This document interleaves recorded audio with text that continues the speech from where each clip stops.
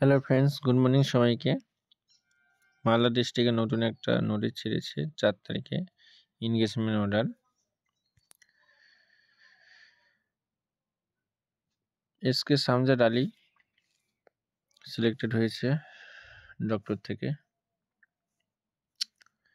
তারপর আমরা দেখে নেব আমাদের স্টাফ নার্সটা। এটার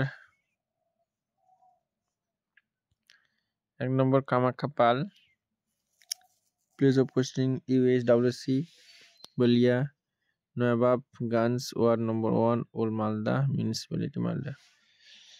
তারপর অনিমা মণ্ডল,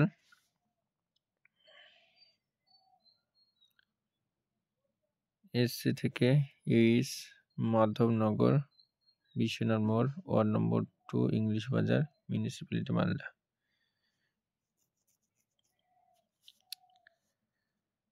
চাঞ্চল। তারপর এটা জয়নিং হতে হবে 7 day is a government holiday if join on the next working day।